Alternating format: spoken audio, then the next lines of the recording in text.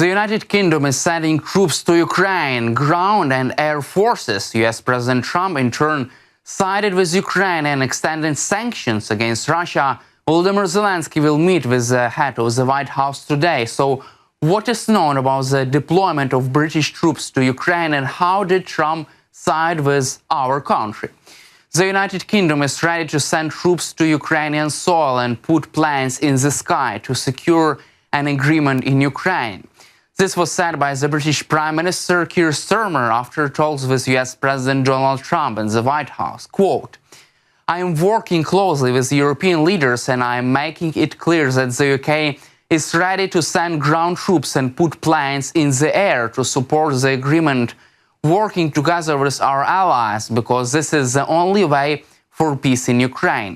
According to Keir Starmer, 18 countries have already joined the peace talks and possible peacekeeping mission in Ukraine. Also, this weekend, Britain will host 18 allies for further talks on Ukraine. Starmer also stressed that it is impossible to achieve a peace that rewards the aggressor. He also added that the UK is ready to increase its military assistance to Ukraine like never before.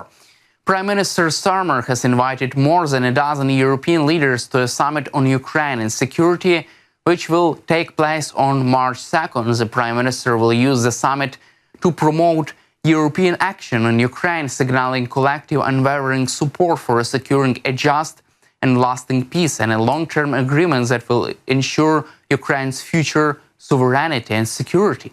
Leaders from across Europe have been invited to the summit, including France, Germany, Denmark and Italy, as well as Turkey, NATO and the European Union. Starmer also invited the leaders of the Netherlands, Norway, Poland, Spain, Finland, Sweden and the Czech Republic and Romania to the summit, following talks with US President Trump on February 27th in the White House.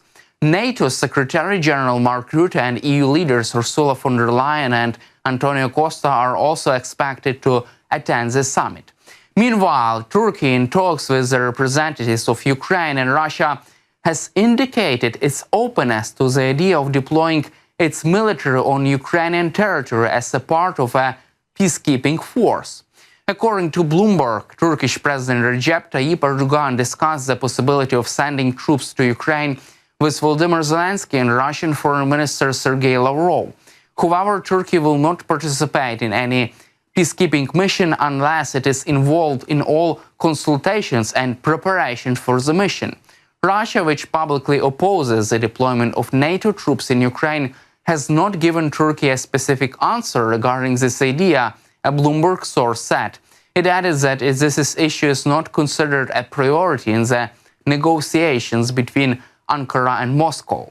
At the same time, US President Trump wanted to cancel a visit of Ukrainian President Volodymyr Zelensky to Washington, but changed his mind after a conversation with French President Emmanuel Macron. This was reported by BFM TV.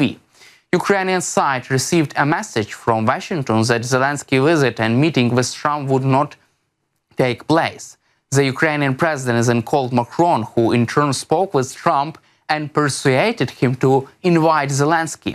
In the end, Trump changed his mind and announced Zelensky's visit to the Washington, D.C. Ukrainian President Volodymyr Zelensky said that at the meeting with Trump, he planned to ask him, among other things, whether the U.S. would stop supporting Ukraine and what Ukraine could count on, as well as about the negotiations between Washington and Moscow regarding Ukraine.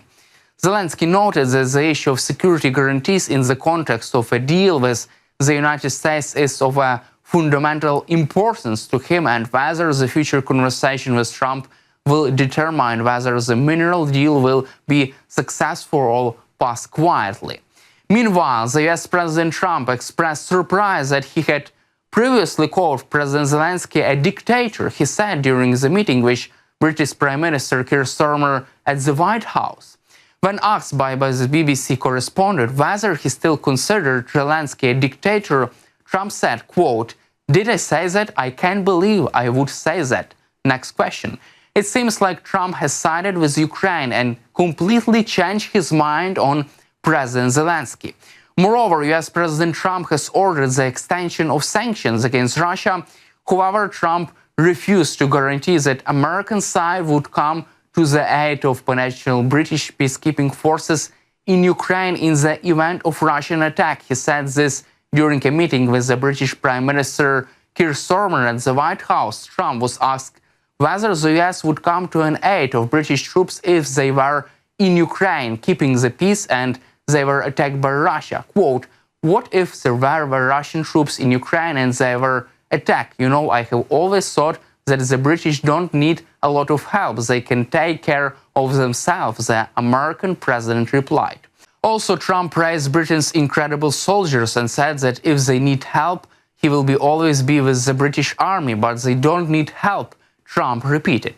After Starmer emphasized the importance of the US-UK defense alliance, Trump asked him, "Could you stand up to Russia on your own?" And after this, those present in the hall laughed. In the recent weeks, European states have intensified negotiations on the deployment of Western troops in Ukraine to monitor possible future ceasefire. Moreover, US President Trump says that he does not believe that Russian dictator Putin will violate a peace deal that could be concluded to end the war in Ukraine. He said this during a meeting with British Prime Minister Keir Starmer. When asked whether Trump believes that Putin could make a deal, he said that and replied, "I think he will keep his promises, and I think I've spoken to him. I have known him for a long time." Trump also says that he and Putin had to endure a Russian conspiracy, referring to the investigation into how Russia interfered in the 2016 US election on the Republican side. The American leader said that he didn't think that he would have any problems with the compliance with the deal. That's all for today. Subscribe to our YouTube channel, and glory to Ukraine.